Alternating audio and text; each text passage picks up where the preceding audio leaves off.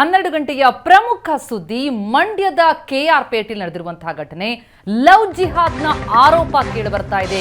ಮಂಡ್ಯದ ಕೆಆರ್ಪೇಟೆಯಲ್ಲಿ ಅಪ್ರಾಪ್ತ ಹಿಂದೂ ಬಾಲಕಿಯ ಜೊತೆ ಮುಸ್ಲಿಂ ಯುವಕನ ಲವ್ ಪ್ರೀತಿ ಹೆಸರಲ್ಲಿ ಪುಸಲಾಯಿಸಿ ಕರೆದೊಯ್ದಿದ್ದ ಮುಸ್ಲಿಂ ಯುವಕ ಎನ್ನುವ ಆರೋಪ. 19 ವರ್ಷದ ಸೈಯದ್ ತಬ್ರೀಜ್ ವಿರುದ್ಧ ಲವ್ ಜಿಹಾದ್ನ ಆರೋಪ ಈಗ ಕೇಳಿಬರ್ತಾ ಇದೆ. ಮಂಡ್ಯದ ಕೆಆರ್ಪೇಟೆಯಲ್ಲಿ ಬಾಲಕಿಯ ಪೋಷಕರು ಪಟ್ಟಣ ಪೊಲೀಸ್ ಠಾಣೆಗೆ ದೂರು ಕೊಟ್ಟಿದ್ದಾರೆ.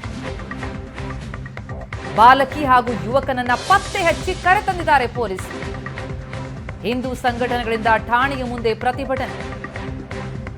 ಮುಸ್ಲಿಂ ಯುವಕರು ಹಿಂದೂ ಯುವತಿಯರನ್ನ ಟಾರ್ಗೆಟ್ ಮಾಡ್ತಾ ಇದ್ದಾರೆ ಅಂತ ಕಿಡಿಕಾರ್ತಿದ್ದಾರೆ. ಪ್ರಕರಣವನ್ನ ಎನ್ಐಎಗೆ ವಹಿಸುವಂತೆ ಹಿಂದೂ ಸಂಘಟನೆಗಳು ಒತ್ತಾಯಿಸುತ್ತಾರೆ. ಅಪ್ರಾಪ್ತ ಬಾಲಕನ ವಿರುದ್ಧ ಪೋಕ್ಸೋ ಪ್ರಕರಣ ದಾಖಲಾಗಿದೆ. ಅಪ್ರಾಪ್ತ ಬಾಲಕಿ ಆಕೆ ಜೊತೆ 19 ವರ್ಷದ ಸೈಯದ್ ತಬ್ರೀಜ್ ಪ್ರೀತಿ ಹೆಸರಲ್ಲಿ ಪುಸಲಾಯಿಸಿ ಕರೆದೊಯ್ದಿದ್ದಾನೆ, ಲವ್ ಜಿಹಾದ್ ನಡೆಸಿದ್ದಾನೆ ಎನ್ನುವಂತಹ ಆರೋಪ ಕೇಳಿ ಬರ್ತಾ ಇರುವಂಥದ್ದು. ಈ ಹಿನ್ನೆಲೆಯಲ್ಲಿ ದೂರು ಕೊಟ್ಟಿದ್ದಾರೆ ಬಾಲಕಿಯ ಪೋಷಕರು. ದೃಶ್ಯಗಳನ್ನು ನೋಡ್ತಾ ಇದ್ದೀವಿ. ಹಿಂದೂ ಸಂಘಟನೆಗಳು ಠಾಣೆಯ ಮುಂದೆ ಬಂದು ಪ್ರತಿಭಟನೆಯನ್ನು ನಡೆಸಿದ್ದಾರೆ. ಜೊತೆಗೆ ಮುಸ್ಲಿಂ ಯುವಕರು ಹಿಂದೂ ಯುವತಿಯರನ್ನ ಟಾರ್ಗೆಟ್ ಮಾಡ್ತಿದ್ದಾರೆ ಅಂತ ಕಿಡಿಕಾರಿದ್ದಾರೆ. ಈಗಾಗಲೇ ಅಪ್ರಾಪ್ತ ಬಾಲಕಿಯನ್ನು ಪುಸಲಾಯಿಸಿದ್ದಕ್ಕೆ ಯುವಕನ ವಿರುದ್ಧ ಪೋಕ್ಸೋ ಪ್ರಕರಣ ದಾಖಲಾಗಿದೆ.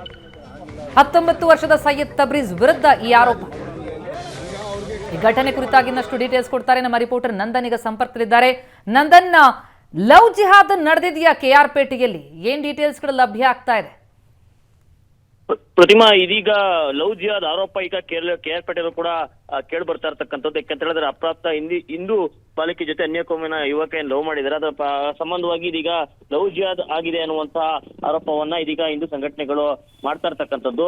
15 ವರ್ಷದ ಅಪ್ರಾಪ್ತ ಬಾಲಕಿಯನ್ನ ಪ್ರೀತಿ ಹೆಸರಲ್ಲಿ ಅನ್ಯಕೋಮಿನ ಯುವಕ ಒಬ್ಬ ಕರೆದೊಯ್ದಿದ್ದ. 19 ವರ್ಷದ ಸೈಯದ್ ತಬ್ರೀಜ್ ಅನ್ನುವಂಥವ್ರು ಕರೆದೋಗಿದ್ರು. ಈಗ ಆತನ ವಿರುದ್ಧ ಕೂಡ ಆ ಪ್ರಕರಣ ಕೂಡ ದಾಖಲಾಗಿದೆ. ಪೋಕ್ಸೋ ಪ್ರಕರಣ ಕೆಆರ್ಪೇಟೆಯ ಪಟ್ಟಣ ಪೊಲೀಸ್ ಠಾಣೆಯಲ್ಲಿ ಬಾಲಕಿಯ ಪೋಷಕರೇ ಪಟ್ಟಣ ಪೊಲೀಸ್ ಠಾಣೆಯಲ್ಲಿ ಯುವಕನ ವಿರುದ್ಧ ದೂರನ್ನು ಕೂಡ ದಾಖಲಿಸಿದ್ರು. ದೂರಿನ ಬಳಿಕ ಇಬ್ಬರನ್ನು ಕೂಡ ಪೊಲೀಸರು ಕರೆತಂದಿದ್ದಾರೆ. ಈ ಪ್ರಕರಣದ ಬಳಿಕ ಹಿಂದೂ ಸಂಘಟನೆಗಳಿಂದಲೂ ಕೂಡ ಠಾಣೆ ಮುಂದೆ ಪ್ರತಿಭಟನೆಗಳು ಕೂಡ ಆಗಿರ್ತಕ್ಕಂಥದ್ದು. ಯಾಕಂತ ಹೇಳಿದ್ರೆ ಪಟ್ಟಣದಲ್ಲಿ ಅನ್ಯ ಧರ್ಮೀಯರಿಂದ ಲವ್ ಜಿಹಾದ್ ಮೂಲಕ ಹಿಂದೂ ಯುವತಿಯರನ್ನ ಟಾರ್ಗೆಟ್ ಮಾಡಲಾಗ್ತಾ ಇದೆ.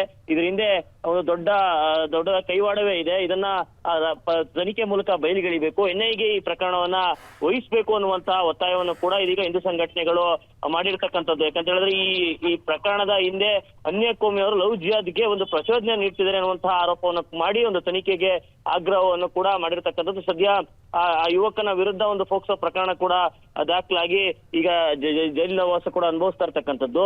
ಮತ್ತೊಂದೆಡೆ ಹಿಂದೂ ಸಂಘಟನೆಗಳಿಂದ ಈಗ ತನಿಖೆಗೆ ಆಗ್ರಹ ಶುರುವಾಗಿರ್ತಕ್ಕಂಥದ್ದು. ಪ್ರತಿಮಾ, ಥ್ಯಾಂಕ್ ಯು ನಂದನ್ ತಮ್ಮ ಮಾಹಿತಿಗೆ.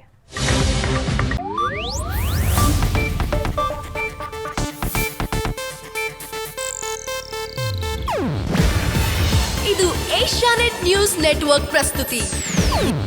ನೀವು ನೋಡ್ತಿದ್ದೀರಾ ಏಷ್ಯಾನೆಟ್ ಸುವರ್ಣ ನ್ಯೂಸ್.